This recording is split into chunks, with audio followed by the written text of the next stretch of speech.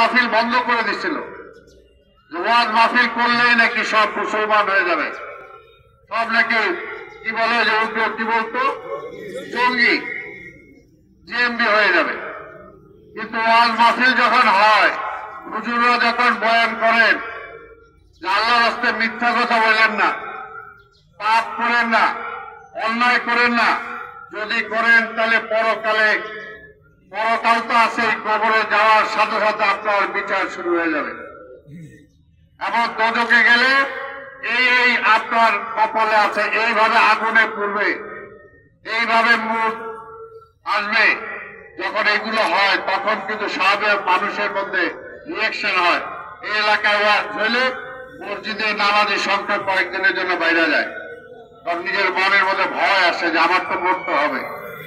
সেই ওয়াজ তারা বন্ধ করে দিয়েছিল।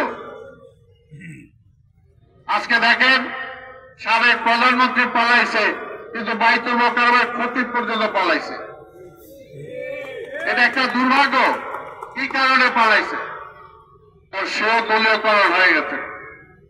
ওই বাইতুল মোকাররম থেকে জুম্মার নামাজের খুতবা কি হবে এটা পর্যন্ত তারা ঠিক করে দিবে। এটা তো ঠিক না। এই কারণেই আজকে বলি দেশটাকে ভালো রাখতে হলে, দেশটা আমার। দেখেন মিথ্যার ব্যাসাদিটা দেখেন, এই দেশে এখন এইবারের দুর্গাপূজা, আমি এখানে আসছিলাম, আপনারাও ছিলেন, এইবারের মতো এত শান্তিপূর্ণ দুর্গাপূজা এই যে আমাদের পুলিশ ভাইরা আছে তারা আমরা সহযোগিতা করে যেভাবে করছি, এত শান্তিপূর্ণ দুর্গাপূজা আগে হয়েছে? এখন বাংলাদেশে কোথাও কোনো হিন্দুর উপরে কোনো আক্রমণ হয়েছে? কিন্তু ভারত থেকে বলা হয়েছে এখানে নাকি হিন্দুদেরকে প্রচুর কাটা করতে, হিন্দুদের রক্ত দিয়ে নাকি ভাসতেছে। অর্থাৎ এই দেশটাকে নিয়ে তারা ষড়যন্ত্র করতেছে। কি কারণে? কারণ এই যে এত 18 কোটি মানুষের বাজার তাদের নষ্ট হয়ে যাচ্ছে, হাজার হাজার কোটি টাকা এই দেশ থেকে তারা নিয়ে যেত, সেটা বন্ধ হয়ে যাচ্ছে। এই কারণে এই দেশে আবার তাদের ইচ্ছা অনুযায়ী সরকারকে বসানোর জন্য দরকার। তাই ভাইরা আমার, সেই কারণে বলি আগামী নির্বাচন আসছে। শাহ আলম বলেছে 18 সালে প্রার্থী হয়েছিলাম, আপনারা ভোট দিতে পারেন নাই।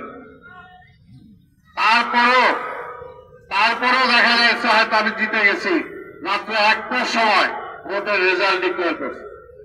ইভিএম এর মেশিনের মাধ্যমে ভোট হলে 7টা 8টার মধ্যে ভোট দিয়ে দেওয়ার কথা, এত সময় লাগবে কেন? ওই যে রেজাল্ট পাল্টাইছে।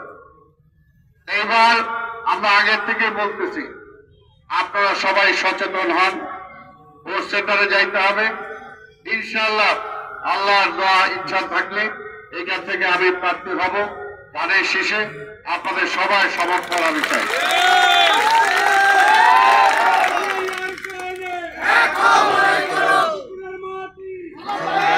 ঠিক আছে,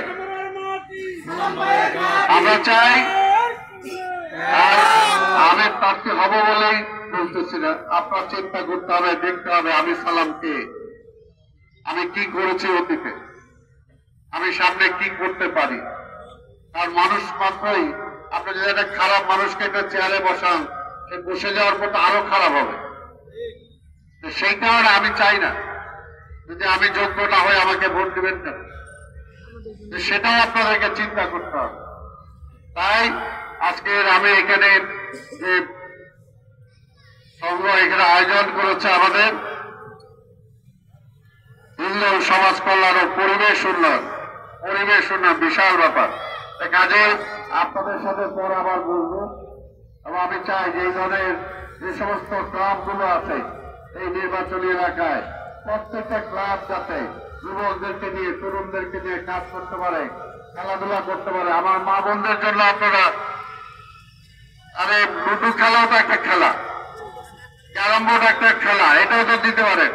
আমার মা বোনদের জন্য, বাচ্চাদের জন্য সবাই যাতে খারাপ দিকে মানুষের মনটা না যায়, সময়টা যে কাটবে। অলস মস্তিষ্ক শয়তানের কারখানা, কাজে অলস ভাবে থাকলে কিন্তু খারাপ চিন্তা আসে। এই অলস সময় যাতে না থাকে, পড়াশোনা করবে, স্কুলে যাবে, কলেজে যাবে, ইউনিভার্সিটি যাবে, বাকি সময় খেলাধুলা করবে।